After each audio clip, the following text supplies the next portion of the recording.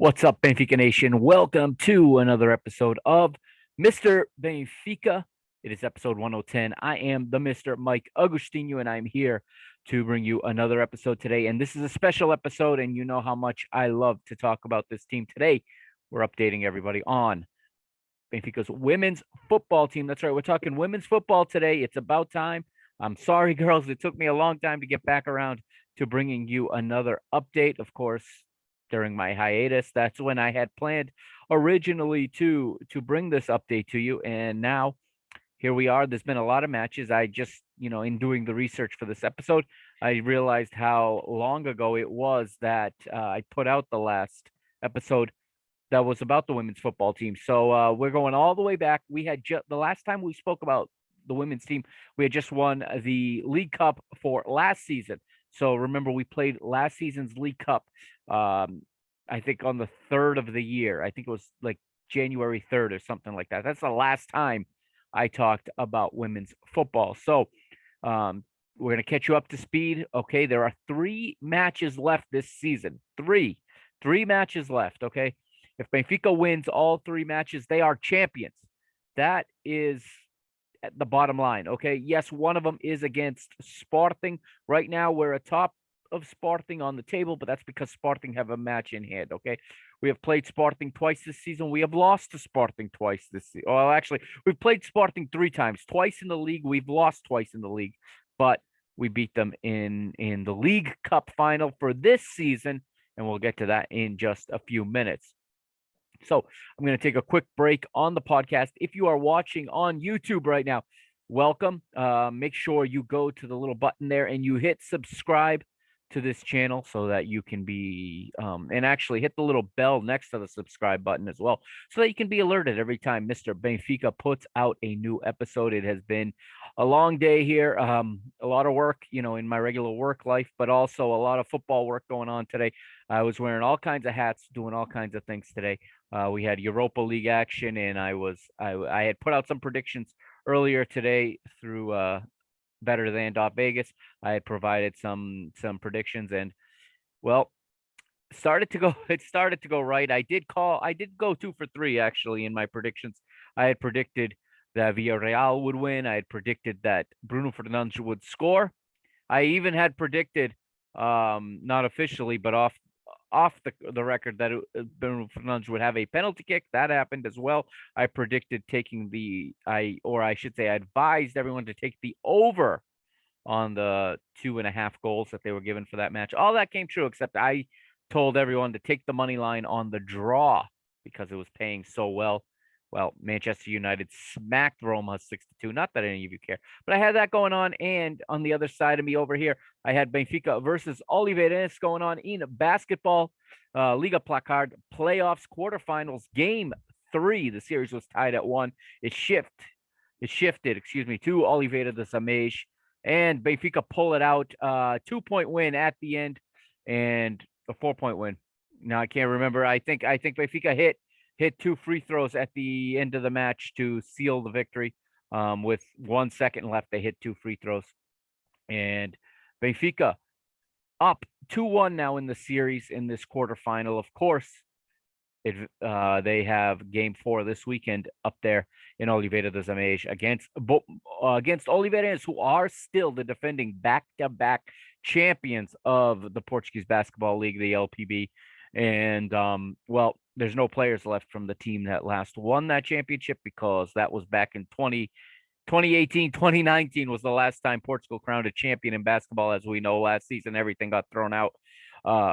So it's kind of a false title, if you will. But Benfica 1 win away from the semifinals, and then it gets real. It'll be Sporting at that point, and the best team in the league. So it'll be tough. But for today, at least, it is good news on the basketball front. I know rink hockey's taking on Oliveirense as well, coming up in the playoffs now. They're in their playoffs, so a lot going on.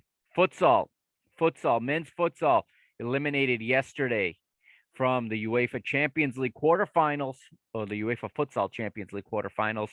If you want to know about it, go to www.mrbenfica.com. I've got a write up report of it, and I've got highlights there for you. So www.mrbenfica.com. Don't forget to follow me on Twitter as well at Benfica Mister, on Instagram as well on Instagram as well at Mr. Benfica. Go to the Facebook page, www.facebook.com/Mr. Benfica, and follow me there. All right, we're going to take a quick break. We got Reconquista for those of you listening on the podcast, those of you listening or watching on YouTube. Just sit tight for about 10-15 seconds, and I'll be right back, and we'll get right into women's football for 2021, essentially. What's been going on since the year turned 2021?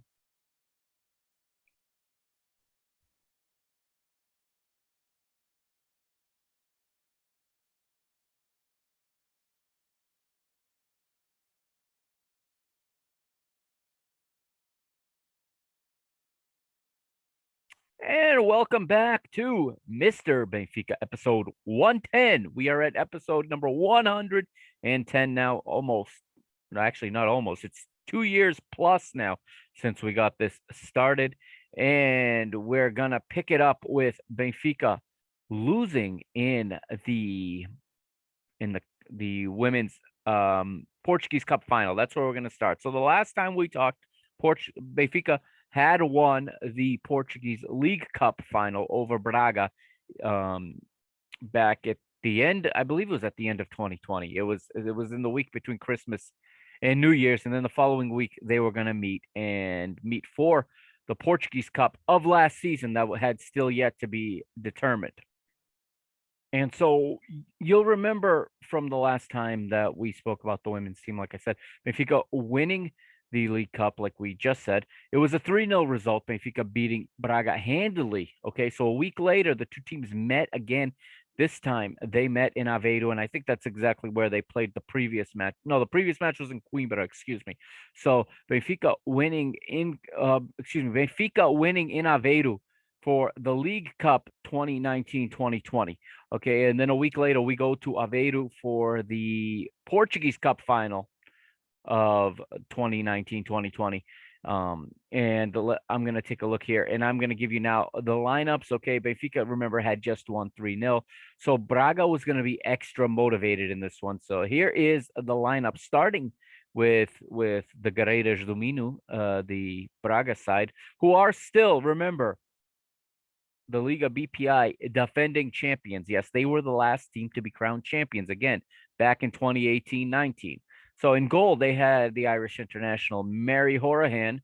They had Ryan Machado, Nigella Oliveira, Agatha Filipa, Diana Gomes, Regina Pereira, captain Portugal international Dolores Silva, former Atletico Madrid player, Andrea Norton, also a starter in the Portuguese national team.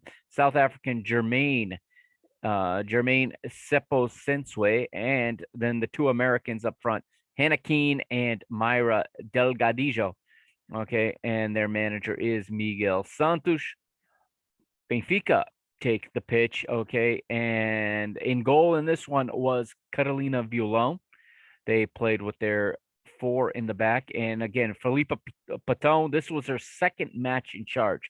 She had just taken over a week before, and in her first match, she won the Portuguese League Cup against this same Braga side. And here she had in the back, she had Catarina Amado as the right back, Silvia Ravello and Carol Costa as the central backs, and making the decision to swap Ana Saisa out of the starting four. Felipe Patão had decided upon arrival, I think, that the experiment of converting Ana Saisa from a central back into a left back was over, and she decides to go with the veteran Matilde Fidalgo, who is very experienced, who came over in the summer from Manchester City. Yeah, one of the best women's teams on planet Earth, Manchester City. She came from there, and she had been sitting on the bench for the first half of the season. So because of Matilde's ability to play both on the right side of defense and on the left, Felipe Patão decides that Matilde Fidalgo is going to be the starting left back in this one. In midfield, we had four in midfield. We played in that diamond midfield that that Philippe Paton likes, and she had Paulita in her normal holding midfield role, as she is, as always, so steady, so solid, so consistent in that position. The she's been called the Phasia of the women's game. This was a few seasons ago when Phasia was at the top of his game, but very much that type of player, compared very much to him. The way she plays is a true number six. To each side of her, she had Andrea Faria and Beatriz Cameron, and you had Ana Vitoria playing at the front of that central midfield. And then in attack, Nicole Raisla paired with the Canadian, now Canadian international. Fast forward 2 months, proud to say and pleased to say as well, the now Canadian international Chloe Lacasse. Congratulations to Chloe on that one. And I know she made an appearance on the Continue Benfiquista podcast with my buddy Mike Gonçalves, and she did a great job, obviously. And then next thing you know, she was called in to her national team, and it is well deserved. All right, so that is the team that Benfica put on the pitch for this one, and I think Benfica fell a little bit a victim of circumstance in that they came in perhaps a little overconfident. They came in having just lifted a trophy a week earlier against the same team with relative ease, and Benfica basically had their way with this Braga team ever since they played each other. The very first time you'll remember was back in 2019 in the Portuguese Cup semifinal.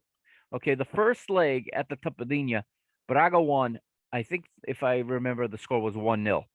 Um, and then in the second leg, Benfica went to Braga and won 3-2, if my memory serves me right. I know Benfica won on away goals, or perhaps they might have even won outright on the aggregate. Might have been a 3-1 win away at Braga. And ever since that match, Benfica have had the upper hand against Braga, whether it was the matches in the league, the Super Cup, the League Cup, the Portuguese Cup. Benfica always having the upper hand on this Braga team. So this was a dangerous matchup for me. I remember, and we're going back 4 months now, but I do remember feeling concerned about this one, feeling like this was one of those old-fashioned setup matches, and indeed it was. I mean, 7 minutes in, Hannah Keane, I I call her one of the big bashers up top. She's a big American, plays a very, very uh American college style game up front, very physical and good in the air. And she heads home a goal in the 7th minute to put Braga ahead and to kind of shell shock Benfica a little bit. And it would be a tough one for Benfica to recover from. But then we move forward a little bit to the 42nd minute, and this was a moment of concern for everybody in Benfica Nation. It's for Felipe Paton, and especially for the player, for Catarina Amado, the young right wing back that I am so high on. And I have, if you follow me on any of the social media, you've seen it. I featured her in my Instagram stories. I've talked about her, and very, very good right wing back. She is converted from a forward to a wing back and is just so dangerous going forward. And every time I see her, she's that much better at the defensive side of the game. And well, she would go down in the 42nd minute. Remember, she also was injured quite badly. Not long before this, maybe a month before this, in the second leg against Chelsea in the Champions League, and she returned to be injured again here in minute 42. Felipe Paton was forced to substitute her. Now, the good thing is Anasaisa was on the bench, and Anasaisa was brought in. She went to the left. Matilde Fidalgo went to the right, and the two teams go into halftime nil 1-0 to Braga, I should say.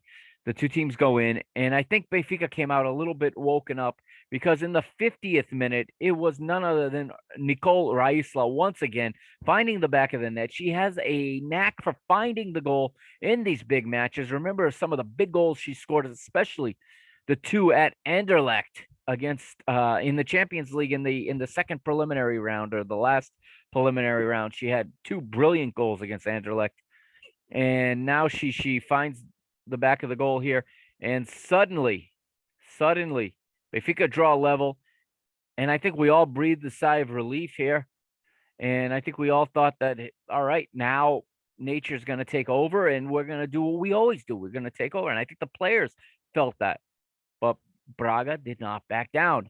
Braga picked up their game, okay, and we everything turns on its head again in the 63rd minute when the South African Jermaine Sioposenwe finds the back of the net. And actually, the South African would get a double because in the 77th, she would score her second. And just like that, Braga all of a sudden get too far ahead for Benfica to catch up. The first goal, like I said, came in the 63rd minute.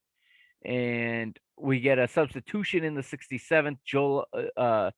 Jolina Mani comes on for Matilde Fidalgo of all, who had played a good game up till then, but then it's a classic, attacker for a defender switch to try to change the tactics, to try to change the look that Benfica had. Also in there, Kika Nazaré comes in, and for those of you that don't know, go to MrBenfica.com right now. I got a nice write up. I got a player profile on said Kika Nazaré, and you can read about her and how she's just taking the women's football world by storm.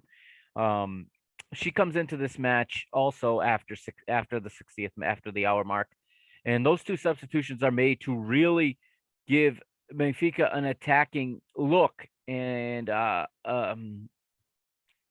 make them more dangerous going forward.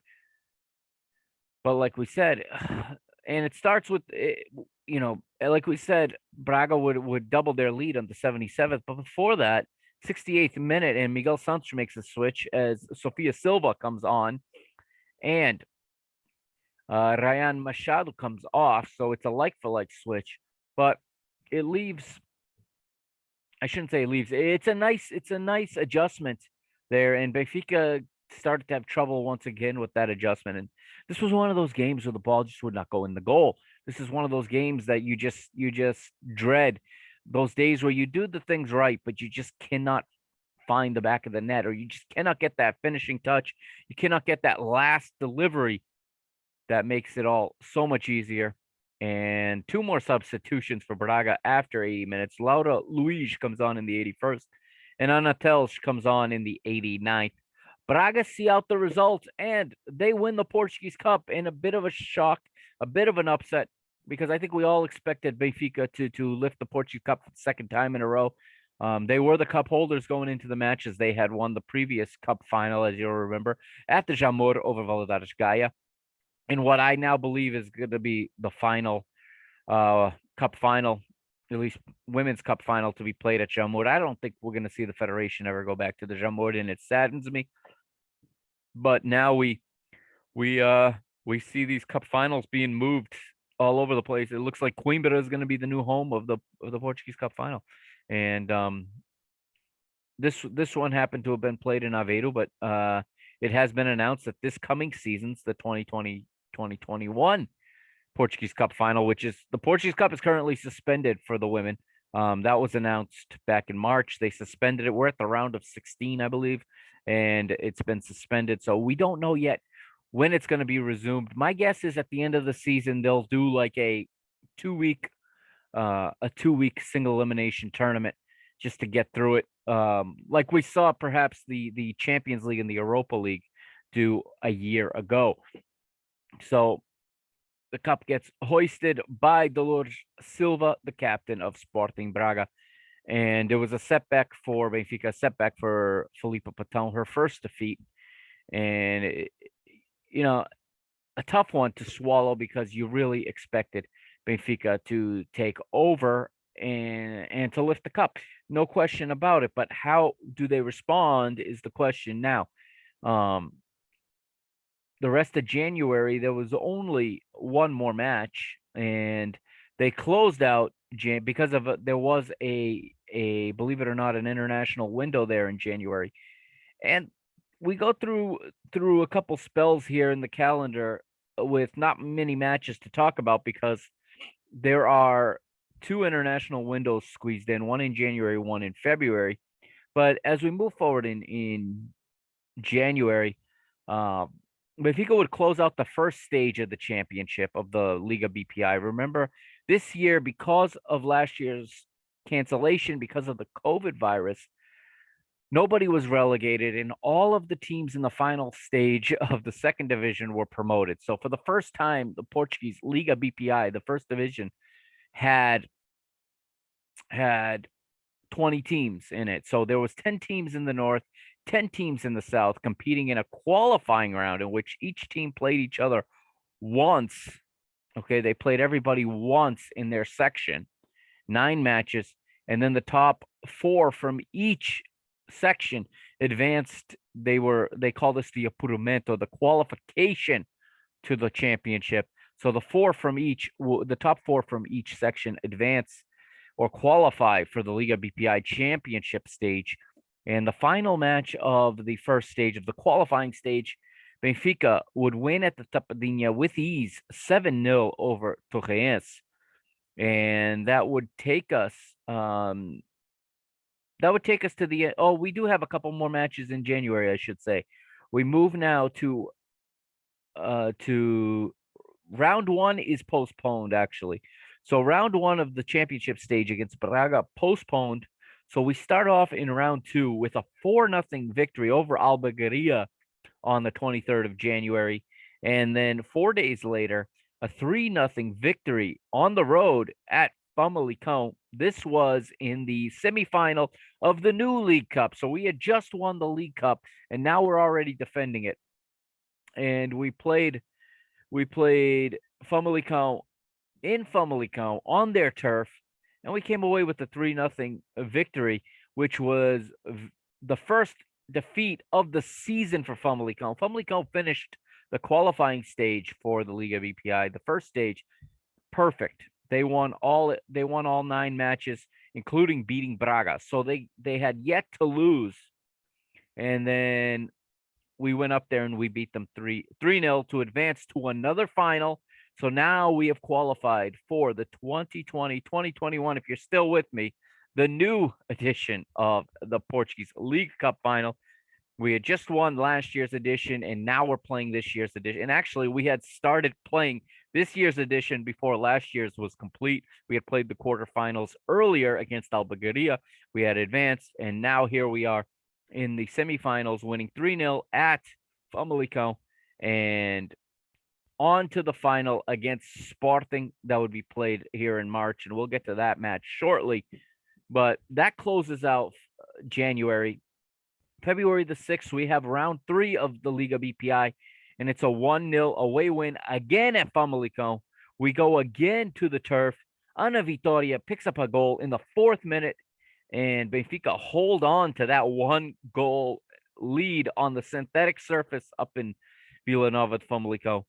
3 crucial points for Benfica. That's because in round 2, Famalicão drew at Alcochete versus Sporting, and that meant Benfica now, all of a sudden, even though we had been smacked by Sporting in the qualifying stage, none of those points carried over. We started over when the championship stage started. We brought in a couple players. We got Leticia now, or Lele as they call her. Okay, we got Marta Sintra. We got a few solid reinforcements, and suddenly we are leading the league at round 3. Move forward a little bit, and we go to, this is where we have the international break. So we come back from the international break, and it's February 28th, and it is a 4-2 home win over Marítimo, and Benfica solidify their lead at the top of the table at that point. March the 7th, we travel to face our former player Tita and her side Condeixa, and Benfica win 2-0 at Condeixa. And then a week later, on the 13th, is where the big one came up. It was the derby, if you will. Benfica Sporting on March the 13th at Seixal. Benfica with a chance to put Sporting out of reach, a chance to build a 4-point lead, which in this league may be enough to see it out, even in round 4. However, However, it would be a 6th-minute goal from Carolina Mendes, the Portugal international, to put the Leoas in front. And though Benfica played much, much better, they were far improved from the performance they put up against Sporting earlier in the season at the Tapadinha. This one was a much more even match. Benfica could not find the back of the goal. And despite their improvements, the lead was squandered and Sporting take over leadership in the league at that point, which brings us 4 days later. 4 days later, March the 17th, Leiria, Estádio Municipal, Magalhães Pessoa, the municipal stadium in Leiria, right next to the castle. A beautiful, beautiful location for football. It is the Portuguese League Cup final 2020-2021, Benfica versus Sporting. And I'm going to pull it up here and we're going to go over it. And we have the lineups starting with Sporting. Okay, Sporting had just beat us in the league. So I think, remember what I just said about having played Braga one week and then playing them in another final the following week. I think same held a little bit true for Sporting here, having just won at Seixal. I think they came in a little bit overconfident. I think Susana Kova's side thought that they were just going to have their way with Benfica again. And they would line up with Inês Pereira in goal, and then the 10 outfield players, Mariana Rosa, Bruna Costa, the captain, Nevena Demjokovic, Joana Marchão, the Portugal left back, Andrea Jacinto, Tatiana Pinto, Fátima Pinto, Brazil international Raquel Fernandes, Portugal international, who admittedly is one of my favorite players on the Portuguese national team. I don't know why she doesn't play more on the national team. I think she is a legit star. It's Ana Capeta and the seasoned veteran Ana Borges. Benfica would come out with this 11. Lele, now the starting goalie. She is Brazil's, she splits time as the number one goalkeeper for Brazil. Okay, she was in the She Believes Cup representing Brazil against big teams like the United States, Canada here in North America just before this. And Lele or Leticia is the goalkeeper. Catarina Amado is the right wing back. Ana Seisa and Carol Costa are the starting central defenders with Luciana Alves getting the start at left back. Luciana Alves returned from loan in between the two stages of the championship. She returned from Valadares Gaia with Carlota Cristo going the other way, going to get more minutes as Valadares Gaia fight for their place in the first division. Because what happened was the 4 teams that qualify from each section that qualified for the championship stage, the next 4 went to the relegation slash I guess you call it the relegation stage, where the top 2 from each, the top 2 in each section would now stay in the first division in the Liga BPI, and that's where Valadares Gaia is right now. So Lucia Alves would get the start here.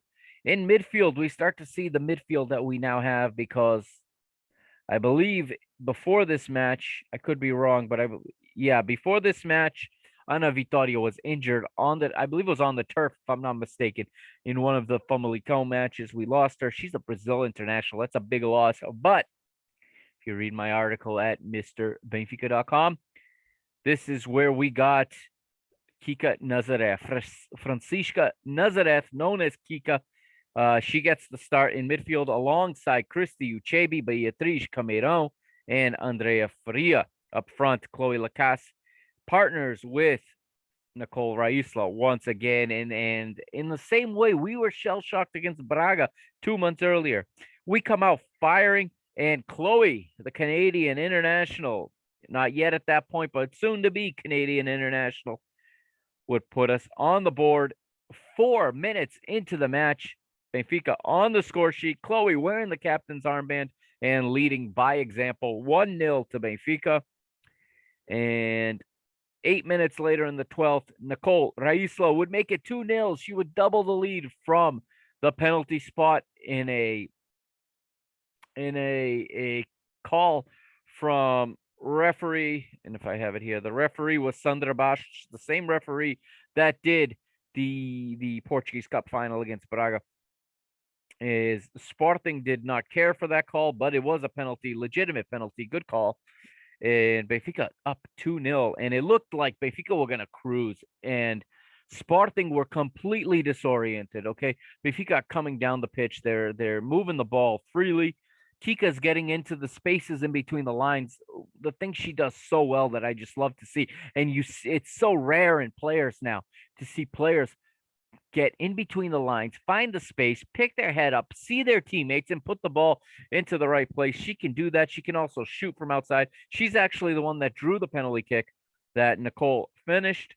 And then Beatriz Cameron is booked for a foul in the 23rd. And then again in the 34th. And everything comes undone as the young central midfielder is sent off, obviously, for accumulation of yellow cards. She leaves the pitch in tears, and it becomes a very stressful situation for Benfica.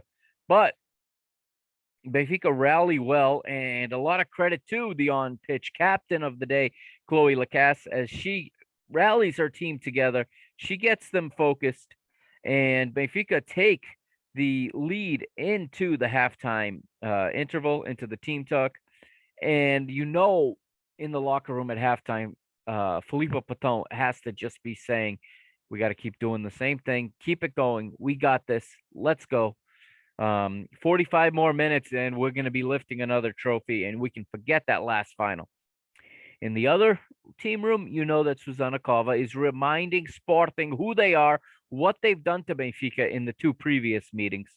And Sporting come out of the halftime like you'd think we were facing Barcelona or Leon or one of the big top women's teams. They just start to, everything is flying, everything is flowing like a well oiled machine, just moving the ball around, overlapping.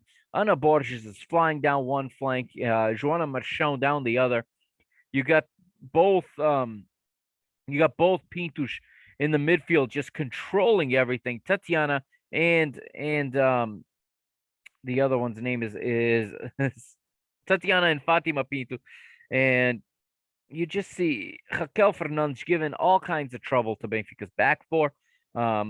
Picking on, I got to say, picking on Catarina Amado a little bit, but Catarina doing a much better job of withstanding the dribble and holding up the ball and waiting for help and allowing Benfica to get players back much better than in the previous weekend in the league match. And we get some substitutes early. And actually, before we get substitutes, we get a goal. So Bruna Costa gets on the end of a cross and heads it past Lele. And Sporting have cut the lead in half. And this is, as a supporter, and even more so as a coach or a manager, the psychological effect of having a 2-goal lead cut in half in the opening minutes of the second half. It really messes with the psyche of your players. It takes a very strong-minded team to overcome that. But fortunately, Benfica is that. That's what we have. And again, great leadership by the experienced players in the team. Benfica reorganized, okay, despite playing with 10. And, I actually reached out to some other former colleagues in the coaching world about this, particularly ones with experience in the women's or the girls' game. And I asked, because it seemed like, especially in this match, it seemed like Benfica had a much harder time playing with 10 than they did with 11.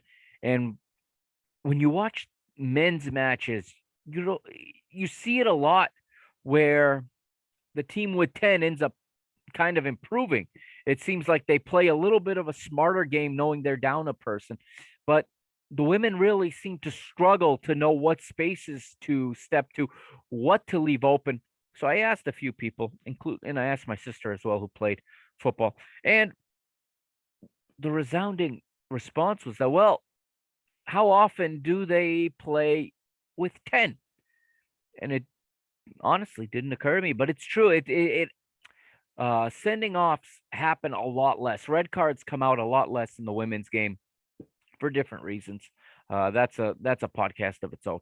But the fact is that fewer players get sent off in a women's game.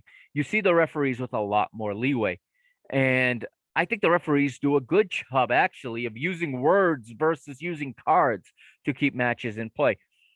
So the fact that it doesn't happen much probably means that you don't spend much time in training preparing to play with 10, especially not for an hour. So Benfica, as the match went on, they were tiring, but they were starting to figure it out. They were starting to figure out who was the least dangerous, who they could leave open. And, set pieces were difficult because you have one less player to mark. And that is why Bruno Costa was able to score on that set piece.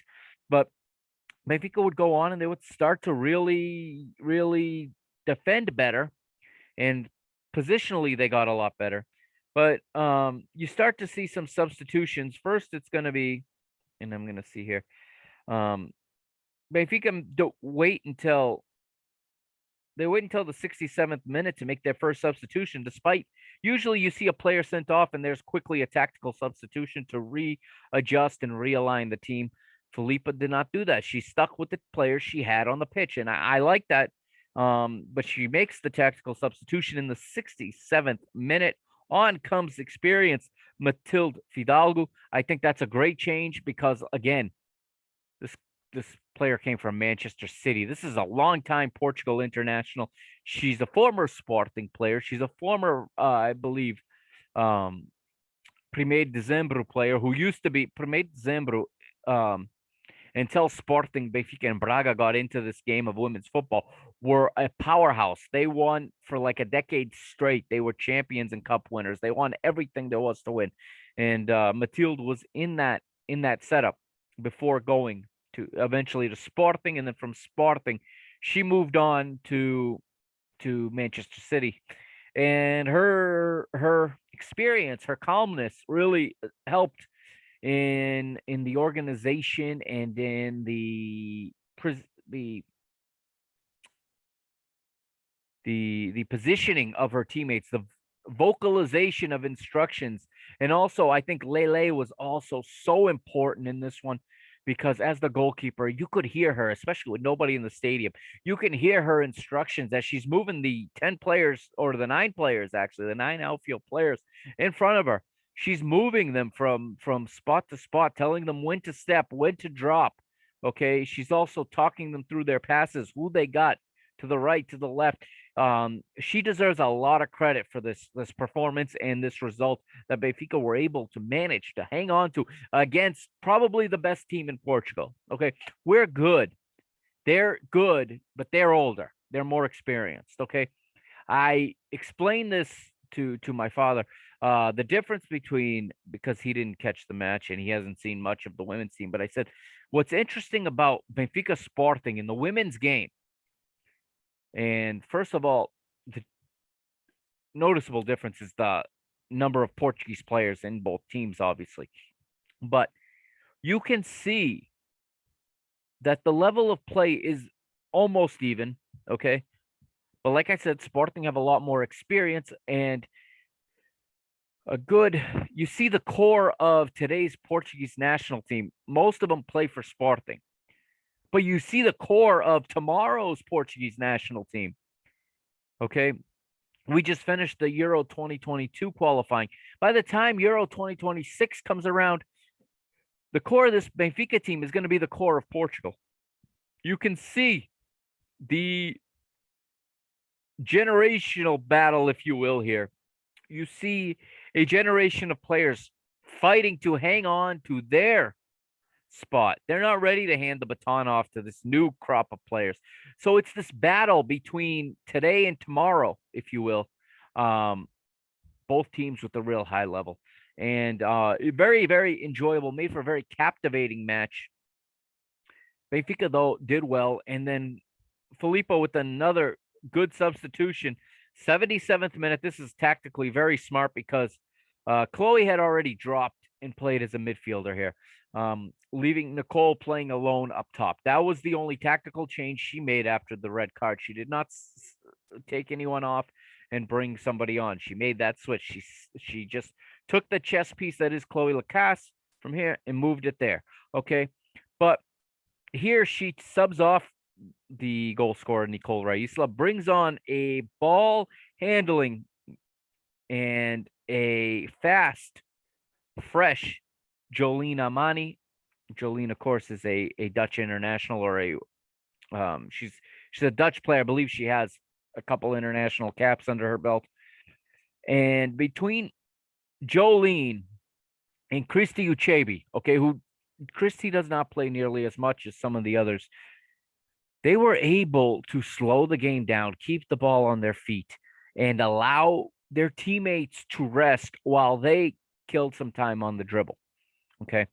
The only thing is here, Chloe had to slide back up the pitch again and play more as the target up front, which is not really her game. She likes to be running. She likes to be getting onto the end of balls, but she had to play a little bit more as a target here for the final 13 minutes.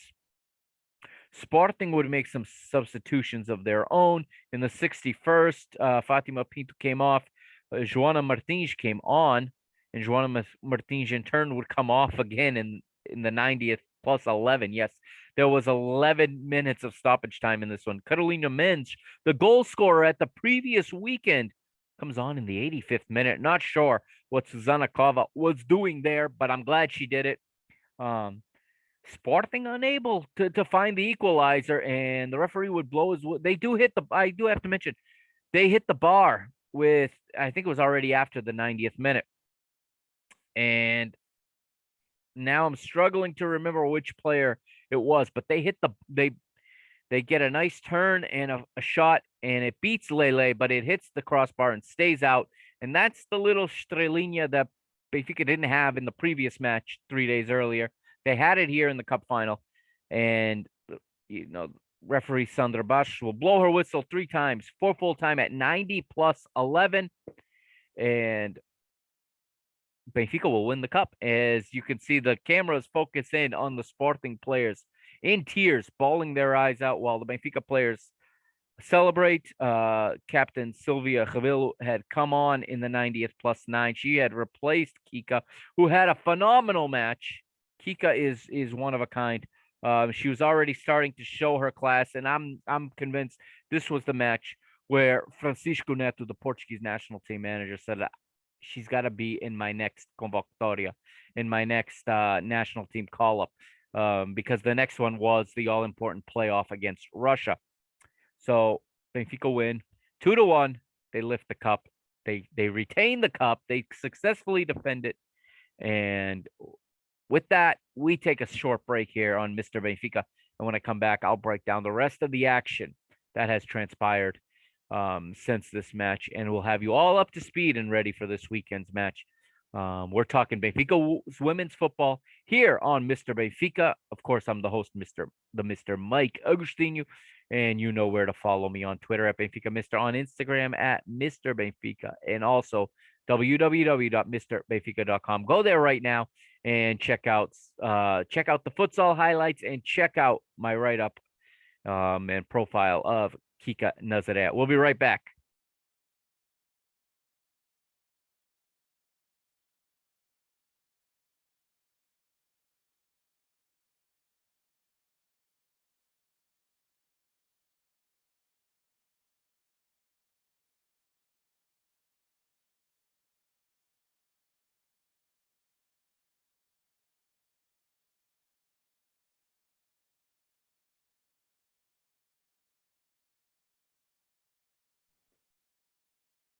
And welcome back to episode 108.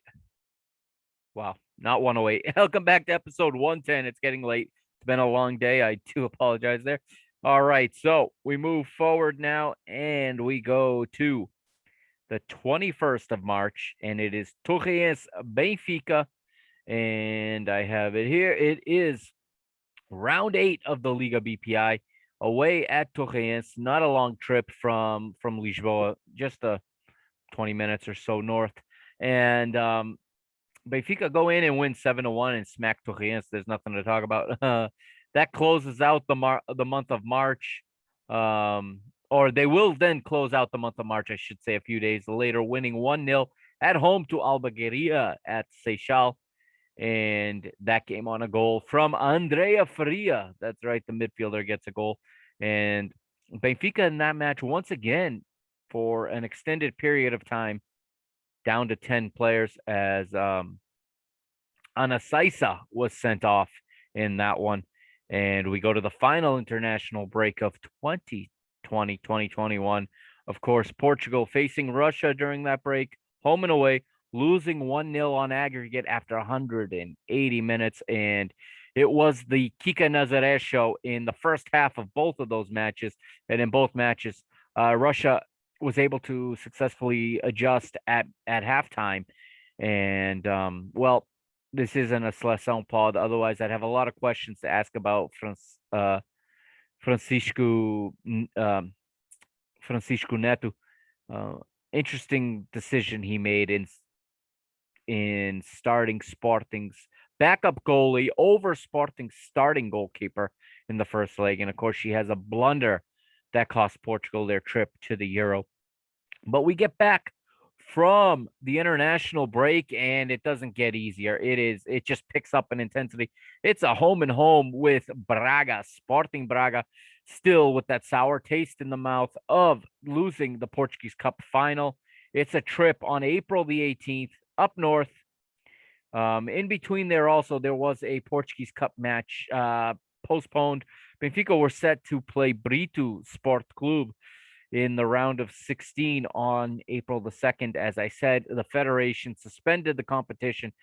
They suspended the women's Portuguese Cup in football and in futsal. And my belief is that it had to do with COVID, but specifically with a return to certain regulations and travel bans that the Portuguese government had put in place due to another wave of the virus. And the fact that the Liga BPI is considered a professional league, and therefore the players are going to work when they play. So they were allowed to travel. They were not held to the travel bans. Now in the Portuguese Cup, there's amateur teams, and I guess it's not considered a professional competition, and therefore it's not considered work. And the uh, players were not allowed to make the same travel accommodations. So that's why it was postponed, and I do believe it's gonna be played at some point, obviously. And I wouldn't be surprised if it comes at the end of the season or even if it's played next season, because I don't know if these amateur teams are even playing right now. So it's not fair to bring somebody out with no training and no matches and all of a sudden in June say, "Hey, we're open again. Let's have our 16 team single elimination knockout tournament." So we'll see what the federation does. When they do it, I will obviously announce it here, and obviously, excuse me, I'll obviously update everybody. So we move forward again, like I said, 18th of April. It's the Primeiro de Maio in Braga, which is in the news as Braga's president Salvador wants to remodel or refurbish that stadium, renovate it, bring it up to the 21st century, and move the club and the men's team back into that stadium and out of the Pedreira, out of the quarry. So, because that stadium is owned by the city of Braga, the municipality. So it'll be interesting to see what happens there. That's another development. But at the end of the day, it is a good day for Benfica as they travel up north. We're going to pull up the lineups here. And we'll start with Braga as their goalkeeper now, Marie Houlihan, injured. So Luisa Pinheiro takes over in goal for the Guerreiros. Ryan Machado, Nagala Oliveira, Agatha Filipa, Diana Gomes, Regina Pereira, Flor Silva, Andrea Norton, Jermaine Siasponsenwe, excuse me, Hannah Keane, and Myra Delgadillo. With the exception of the goalkeeper, it's the same team that faced Benfica in the cup final, in the Portuguese Cup final. Benfica, on the other hand, will line up with Lele in goal, Katarina Madu back at right back. Sylvia and Carol are the center back pairing. Lucia Alves once again the left back. She's really solidified herself as a day in day out starter in that left back position. Very big growth and very solidifying. I said solidifying. Right? Very convincing in that position. Very convincing performances from Lucy Alves since returning from loan, as she continues to keep her place in the team. In midfield, Paulita Beatriz Cameron, Andrea Faria, and Kika Nazare. Now, now no longer a question, no longer a promesa, if you will, no longer about the future, but a day in, day out first 11 for Benfica. And she is one of the first names on the team sheet now. And up front, as always, Chloe and Nicole, the dynamic duo, as Benfica will find the back of the net. Who scores first here? The first goal goes to, as I'm gonna pull it. I'm having a little bit of, okay, here we go. I had a little bit of a freeze there as I have the match report here. So first, it is Braga scoring in the 59th minute to go ahead 1-0 from the penalty spot in the rain. Andrea Norton converts her penalty kick. 5 minutes later, though, Nicole says, hold on. And Nicole, or I should say, hold my beer, as Nicole takes the ball off her left foot and buries it. And it is 1-1 after 64 in the 71st. Nicole with the penalty kick for Benfica, and Nicole doubles her tally and puts Benfica in the lead. In the 82nd minute, Myra Delgadillo would be sent off for Braga. The American is sent off with a straight red card. Hannah Keane also came out of this match in the 8th minute injured, which also helped Benfica, no doubt. As far as Benfica goes, Paulita would come off in the 70th, replaced by Christy Uchibe. Remember, Benfica drawing 1-1, couldn't afford to lose any more points. They need to keep pace with Sporting. And in the 90th +3, it would be the only other substitution. And the experienced Matilde Fidalgo comes in once again and replaces Lucia Alves. Game, set, match. Benfica take all 3 points from Braga. And now, 3 days later, we go to the Seychelles and we have the same two teams. This is the postponed match from the beginning, the match day one, if you will, the first round match between the two teams. And it is the 21st of April at the Seychelles, a weeknight match. And it is Benfica just tearing the house down in one of their best performances in recent memory. Let's go to the lineups again. It is the same 11 for Braga, with the exception of Hannah Keane being out. Well, Keane and Delgadillo are out. Inês Maya and Ana Telch are in. And then for Benfica, Lele, Catarina, Sylvia, Carol, Andrea, Pauleta, Beatriz, Chloe, Nicole, Lucia, and Kika. 2 goals from Kika in this one. Nicole gets another penalty kick in the 29th. Kika's 2 come in the 46th and 55th. In the 40th minute, we have a substitution as Nicole was injured in this one. Concerning, she had a muscle issue here, and she was subbed off with a muscular injury. The commentator at the time explained the fixture congestion ahead is just too heavy to risk a muscular injury, a fatigue related injury. And on comes her compatriot Marta Sintra, and Marta Sintra comes on in the 40th, scores in the 44th, sees a yellow card for her celebration. But yes, it is 4-0 to Benfica in this one. Benfica take all 3 points once again, and for the time being, sit atop of the league because Sporting have a match in hand. And after that, there is one match left, and it was on the 25th of April, this past Sunday, and I'll pull that up right now, and we'll quickly review it. Benfica at home at Seychelles versus Famalicão. And it's their former manager, of course, João Marques, is the manager of Famalicão, and actually, I stand corrected. It says here Tiago Pinto is the manager of. Let me double check that. That doesn't.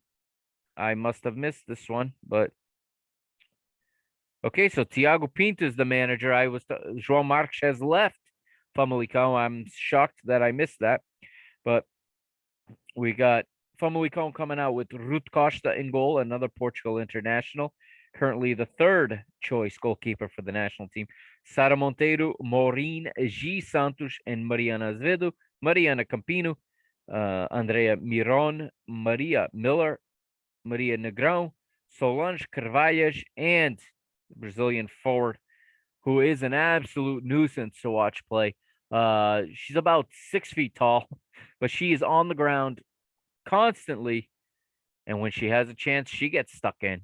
Oh yeah, she loves to come in late, studs up, and punish defenders. She sees a yellow card in the 33rd for that exact play. Benfica go with Lele, Catarina, Silvia Carol, Andrea, Paulita, Beatriz, Marta Sintra in place of the injured Nicole Raisla, Chloe, Lucy Alves, and Kika Nazare. Goals from Kika, Marta Sintra, and Chloe Lacasse. And for Fama, it's an 85th goal to pull one back from Spaniard Andrea Miron. 3-1 to Benfica. Benfica pick up the 3 points once again. And Benfica, for the time being, like I said, with one match more played, they are in first place. Now, let's take a look. For those of you watching, I'm going to bring up the table right now, and we will take a look at it as it stands right now. So here we have the table, and you see Benfica right now, top of the table with 30 points, 11 matches played, one more than their rival, 2 points ahead of Sporting for the time being, with a better goal difference, a 6-goal better goal difference. But again, Sporting winning on the head-to-head. So Benfica with 30, that's 10 victories, 1 defeat, 35 goals for 6 goals against Sporting. 28 points, like we said, 10 matches played, 9 victories, 1 draw, and they have 25 goals scored and 2 allowed for a plus 23. It is going to be difficult to beat Sporting again. You can see there they do not concede very much. They are very, very well built at the back, very, very solid. Third place right now belongs to Famalicão. They have 22 points from 11 matches, 7 victories, 1 draw, 3 defeats, and 28 goals of their own. They actually have more goals scored than does Sporting.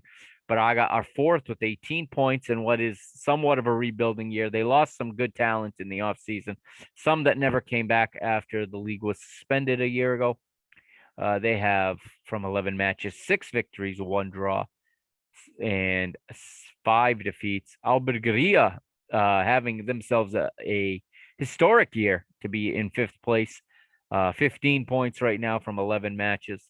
And then you have Marítimo with 6 points in 6th place. Torreense with 4 points in 7th. And Condeixa with 1 point right now from 10 matches. Obviously, the match that needs to be made up is the one you see advertised right here. And it is this Saturday. It is Condeixa hosting Sporting. And you can see there it is on Canal 11. And if you're a fan of Portuguese women's football and you're not subscribed to Canal 11 yet, you should be. Go to your app store. You have to watch it on a device. It's not available on a computer, unfortunately. I've tried, but you have to watch it on a phone or a tablet if you're in the United States. I'm speaking to those of you abroad. In Europe, the situation may be different. I know in Portugal, I'm not sure how you access it. Perhaps it's through your TV provider. But if you're not subscribed to Canal 11 and you like women's football, you need to be, because that's where all the matches are. BTV only has so many matches. So, plus you should be supporting the national team, and they play on Canal 11. And so does all of the futsal, which is great action. So I recommend it to everybody. And then none of these teams will be relegated. Everybody in this 8 is safe as they guaranteed their safety through their performance in the first half, in the first stage. Here is round 13, okay, to be played, and it looks like oh wow, it's not until the 16th of May. We have some time to go until these teams play again. And this has been a very irregular calendar in Portuguese women's football this year. And I have to give a lot of credit to the coaches, to the managers, and to the players for staying focused with all of these breaks and between the international breaks and between the just stoppages in play and the rescheduled matches. Everyone is hanging on. But here we go. We're looking at May the 16th, which is in 2 weeks' time from this weekend. We have Benfica hosting Condeixa, Torreense hosts Torreense hosts Marítimo, Albergaria hosts Famalicão, and Sporting Braga hosts Sporting in a match where I hope Benfica get some help. And here is round 12. My apologies, it's right here. Like I said, it's getting late. You can see it right there. Condeixa versus Sporting.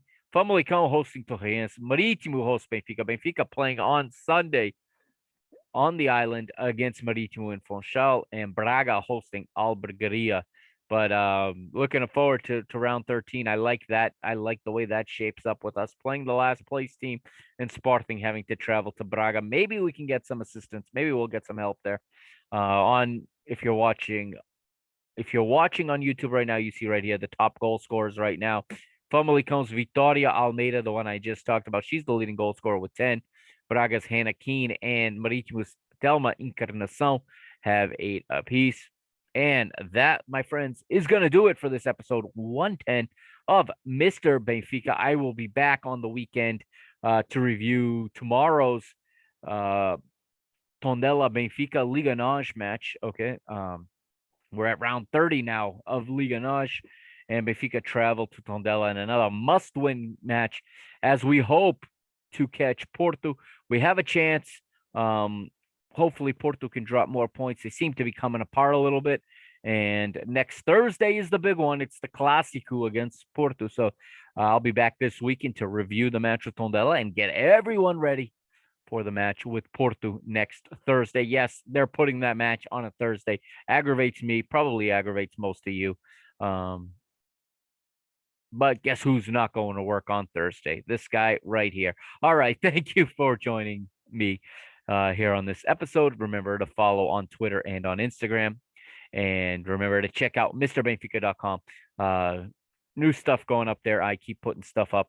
And also go to www.parkingthebusmedia.com. I got some new stuff up there too.